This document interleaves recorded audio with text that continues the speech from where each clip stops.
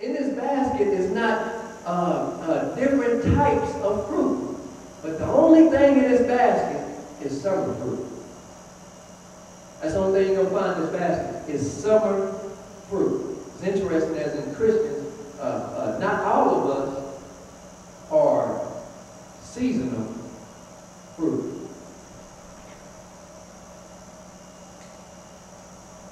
Not all of us are year-round fruit.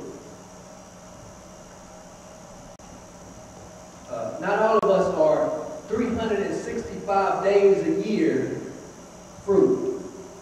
But unfortunately, many of us are summer fruit. Summer fruit. When the wind is light, I'm fruit for the Lord. When it's warm outside, I'm fruit for the Lord. When it's comfortable, I'm fruit for the Lord.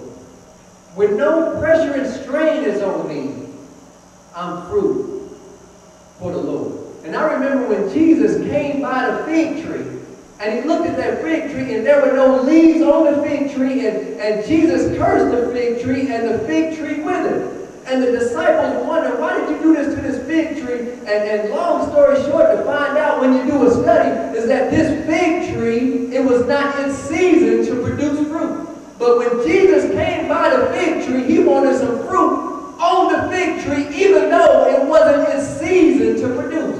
And God is telling us right now that the reason summer fruit is the problem in this text is because some of us are not year-round in our commitment to God. Only when things are going good, that's when we're committed to God. Only when we got a job and money in our pocket are we committed to God. Only when